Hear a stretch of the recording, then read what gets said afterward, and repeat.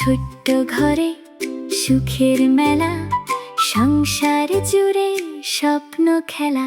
আমি ঘরের রানী, ভালোবাসার টানে ছোট্ট ছোট্ট সুখ খুঁজি আপন ঠিকানায়। রান্নাঘরের গল্প, সংসারের রং, হাসি মুখে কাটে আমার প্রতিটা ক্ষণ। ভোরের আলো জানা।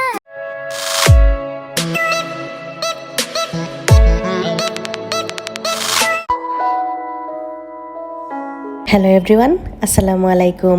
Welcome back to my channel. আমি ফাহমিদা পারভিন উর্মি। আশা করছি যে যেখানে আছেন সবাই অনেক অনেক ভালো আছেন, সুস্থ আছেন। আলহামদুলিল্লাহ, আল্লাহর অশেষ রহমতে আমরাও অনেক ভালো আছি। বরাবরের মতো নতুন আরও একটি ব্লগ নিয়ে হাজির হয়ে গেলাম, আর আশা রাখছি আমার আজকের এই ব্লগটিও আপনাদের কাছে খুব ভালো লাগবে। গতকালকে রাতে খুব ভালো ঘুম হয়েছে, সেই জন্য অনেক সকালবেলা ঘুম থেকে উঠেছি। আনহা রাতের বেলায় তার সমস্ত স্কুলের যা যা দরকারি জিনিস সেগুলো একটা জায়গায় গুছিয়ে রেখেছিল। আমি ভিডিও করছি দেখে আমাকে বলল, আমার তো শার্টটা ভাঁজ করা হয়নি মা, তুমি ভিডিও কেন করছো?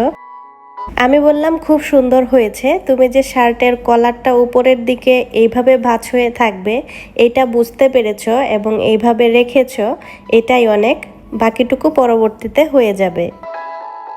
তো মেয়েকে স্কুলে পাঠানোর সময় আর ভিডিও শ্যুট করা হয় না, কারণ তখন খুব ব্যস্ততার মধ্যে সময়টা কাটে। তো এই যে বাবা মেয়ে দুইজনে যাচ্ছে স্কুলে, আর আমি আর আদিহা বারান্দা থেকে দাঁড়িয়ে দেখছিলাম। সকালের একটা পর্ব শেষ হলো মেয়েকে স্কুলে পাঠানো, এরপর থেকে বাকি পর্বগুলো চলবে। একটার পর একটা কাজ আসবে আর একটার পর একটা কাজ করে নেব। এই তো হচ্ছে প্রতিদিনের রুটিন। আজকে হচ্ছে বিছানার চাদর বদলানোর দিন। এক সপ্তাহ হয় না আমি একটা চাদর বিছানায় বিছিয়ে দেই। এক সপ্তাহ হওয়ার আগেই আমি ওই চাদরটাকে আবারও চেঞ্জ করে দেই। আমার ভালো লাগে না, শুতে ইচ্ছে হয় না। ধোয়া চাদর বিছালে বিছানাটা দেখতে একদম ফ্রেশ লাগে, আর ঘুমাতেও কিন্তু ভালো লাগে, আমি সহ আমার মেয়েদের সবারই। কয়েকদিন আগে একটা ভিডিওতে বলেছিলাম যে আদিহাকে বিছানায় এভাবে ক্লথ আর কাঁথা দিয়ে দেই। তো আদিহা বিছানায় রাতের বেলা ঘুমের ঘুরে শি করে ফেলে। দিনের বেলায় কিন্তু আদিহা বাথরুমে গিয়ে শি করে এবং নিজে থেকেই পানি ঢেলে তারপরে আসে। রাতের বেলায় যেহেতু ঘুমে থাকে সেজন্য হয়তো এক দুইবার করে ফেলে, কিন্তু ইদানিং দেখতে পাচ্ছি একদিনও শি করছে না। আমি যেভাবে কাঁথা আর ক্লথ বিছিয়ে দিচ্ছি সেভাবেই সকালবেলা আবার উঠিয়ে নিচ্ছি। আজকে সকালবেলাও বাচ্চাদেরকে খাইয়ে দিয়েছি, তার বাবা খেয়েছে, আমি কিন্তু এখনো খাইনি। এই কাজগুলো শেষ করে তারপরে আমি সকালের নাস্তাটা করে নেব। আমি সকালবেলা ঘুম থেকে উঠে যতক্ষণ না ব্রাশ করব ততক্ষণ আমার ক্ষুধাই পায় না। ব্রাশ করার পরে আর এক সেকেন্ডও থাকতে পারি না, সাথে সাথে খাবার লাগবে। খাওয়া দাওয়ার বিষয়ে প্রতিদিনই আমি একটু এরকম করছি, তারপরও ওজন কমছে না, স্বাস্থ্যও কমছে না। কি যে করব বুঝতে পারছি না। প্রতিদিন এত এত কাজ করি, তারপরও যেন ওজন আর স্বাস্থ্য বেড়েই চলছে দিনের দিন। যাই হোক, যেহেতু বিছানায় ধোয়া চাদর বিছিয়ে দিব সেজন্য আমি খাটটাকে খুব ভালোভাবে পরিষ্কার করে নিচ্ছি। আর আমার এই খাটটাতে এত পরিমাণ ডিজাইন দিয়েছি যে এখন মুছতে গেলে অবস্থা খারাপ হয়ে যাচ্ছে। খাটের প্রত্যেকটা কোনায় কোনায় ধুলো বালি পড়ে থাকে, আর সেগুলো হাত দিয়ে একদম ভিতর পর্যন্ত পরিষ্কার করতে হয়। ফাইনালি ম্যাজিকের মতো ঘরটা পরিষ্কার হয়ে গেল। না, ম্যাজিকের মতো পরিষ্কার হয়নি, ক্যামেরার পিছনে অনেকটা পরিশ্রম করতে হয়েছে। সবটা গুছিয়ে তারপরে আবার ক্যামেরাটা অন করে আপনাদেরকে একটু দেখিয়ে দিলাম আমার পরিপাটি ঘরটাকে। তারপরে আসলাম সকালের নাস্তাটা সেরে নিতে। আজকের সকালে এক একজন এক এক রকমের নাস্তা করেছে, যার যা ইচ্ছা হয়েছে তাই খেয়েছে। আদিহার ডিম সিদ্ধ খেয়েছে, আর আনহাও ডিম সিদ্ধ তারপরে বিস্কুট চা খেয়ে স্কুলে গিয়েছে। আনহার বাবাও তাই খেয়েছে। এখন আমার জন্য অফিস থেকে রুটি আর লাল চা পাঠিয়ে দিয়েছে, আর আমি এটাই নাস্তা করে নিচ্ছি। এখন রান্নাবান্নাগুলো করে নিচ্ছি। আজকে করলা, আলু আর সাথে কয়েকটা চিংড়ি মাছ দিয়ে ভাজি করব। গত ভিডিওতে হয়তো দেখেছিলেন অল্প একটু করলা আমি তুলে রেখেছিলাম। করলার যে দাম, বাবারে বাবা! তো এতগুলো করলা একসাথে না খেয়ে অল্প অল্প করে খেলেও কিন্তু ভালো, তাই একটু আলু বেশি দিয়েছি আর কয়েকটা চিংড়ি মাছ দিয়ে দিয়েছি যেন বাচ্চারা একটু মজা করে খেতে পারে, সেজন্য। কয়েকদিন আগে 2টা বিছানার চাদর অর্ডার করেছিলাম, ফাইনালি আজকে চাদরগুলো হাতে আসলো। আর চাদরগুলো একটু চেক করে দেখে নিচ্ছিলাম। যেহেতু এখন আগস্ট মাস চলছে, আগস্ট মাসের 8 তারিখে আমার জন্মদিন, সেই উপলক্ষেই কিন্তু ঘরটাকে একটু সাজিয়ে গুছিয়ে নেব। আর তার জন্যই টুকটাক কিছু কেনাকাটা করেছি। ভাবলাম যে নতুন কিছু কেনাকাটা করে ঘরটাকে সাজিয়ে নেই। চাদরগুলো অর্ডার করার পরে বেশ কিছুদিন সময় লেগেছিল আমার হাতে আসতে। তার কারণটা পরে বুঝতে পারি যে আপুরা চাদরগুলো খুব সুন্দর করে মেক করে দেন, নিজের হাতে বালিশের কাভারে লেস বসিয়ে দেন। তো লেসগুলো দেখতে এত ভালো লাগছিল।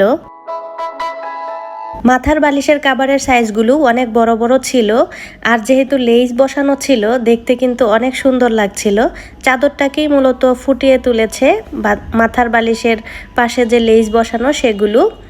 আর কুলবালিশের কাভারও নিয়েছি আমি, কুলবালিশের কাভারটাও বেশ বড় ছিল।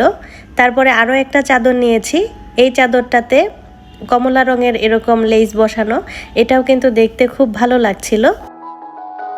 পেজের আপুটাও কিন্তু খুব ভালো ছিল, আপুর সাথে অনেক দরদাম করে তারপরে কিন্তু আমি চাদরগুলো কিনেছি। এতটা দরদাম অন্যান্য পেজে করা যায় না, কিন্তু আপুর ব্যবহার খুবই ভালো ছিল। আর আমি যেহেতু টাকা জমিয়ে তারপরে চাদরগুলো কিনেছি, তাই চেষ্টা করেছি যে কিছুটা হলেও যেন দাম কমাতে পারি, আর আমার জমানো টাকাগুলো দিয়ে যেন চাদরগুলো কিনতে পারি। সুন্দর এই 2টা চাদর আমি নিয়েছি আড়ম্বর পেজ থেকে। আপুদের পেজের ছবিটা আমি আমার ভিডিও স্ক্রিনে দিয়ে দিচ্ছি। চাদরগুলোর কোয়ালিটিও আমার কাছে খুব ভালো লেগেছিল, এই জন্য আপনাদেরকেও একটু কাছ থেকে খুব ভালো করে দেখিয়ে দিচ্ছিলাম। 8 তারিখে যখন আমি আমার ঘরটা সাজাবো তখন নিশ্চয়ই আপনাদের সাথে শেয়ার করব। আমি নিজের বলতে এখন বুঝি আমার সংসারটাকেই, আমার ঘরটাকেই। তাই তো নিজের জন্মদিনেই ঘরটাকে সুন্দর করে সাজিয়ে নিব। রইল বাকি আনহার বাবা। তো আনহার বাবা তো প্রতি জন্মদিনেই আমাকে কিছু না কিছু উপহার দেয়ই। আমাদের বিয়ের পর থেকে আমার প্রতিটা জন্মদিনেই আনহার বাবা চেষ্টা করেছে কিছু না কিছু উপহার দেওয়ার জন্য। সেটা বাজেট বেশি বা বাজেট কম যেটাই হোক, কিছু না কিছু দিয়েছে। তো গত জন্মদিনে গোল্ডের ইয়াররিং দিয়েছিল। এই জন্মদিনে আমি না করেছি যে এত দামি কিছু দেওয়া লাগবে না, যদি দিতেই চাও তাহলে একটা ড্রেস দিয়ে ফেলো, তাহলেই হবে। আমি যেহেতু ব্লকের ড্রেস খুব পছন্দ করি, সেজন্য একটা ব্লকের ড্রেসই দিয়েছে। আর এটাও অনলাইন থেকেই এনেছি। তো আমরা দুজনে মিলেই কালার চয়েস করেছি।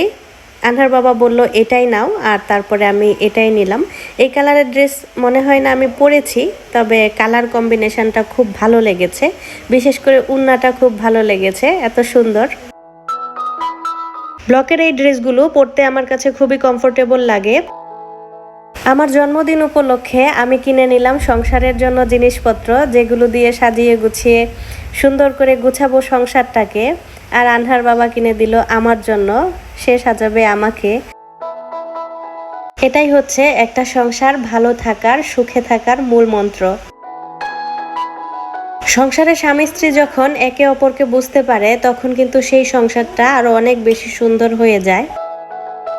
ব্লকের ড্রেসগুলোকে একটু ফ্যানের নিচে রেখে দিচ্ছি যেন বাতাসে কিছুটা শুকিয়ে যায়, তারপরে টেইলার্সকে দিব বানিয়ে দেওয়ার জন্য। আমি যতবারই ব্লকের ড্রেস কিনেছি চেষ্টা করি ড্রেসগুলোকে একটু ফ্যানের নিচে বা রোদে দিয়ে শুকিয়ে তারপরে ড্রেসগুলো বানিয়ে নেওয়ার। আর খুব শীঘ্রই আসছে আমার রুম ডেকোরেশন ভিডিও। নতুন নতুন জিনিস দিয়ে সুন্দর করে ঘরটাকে সাজিয়ে নেব আর আপনাদের সাথেও শেয়ার করব। আজকের মতো তাহলে এখান থেকেই বিদায় নিয়ে নিচ্ছি।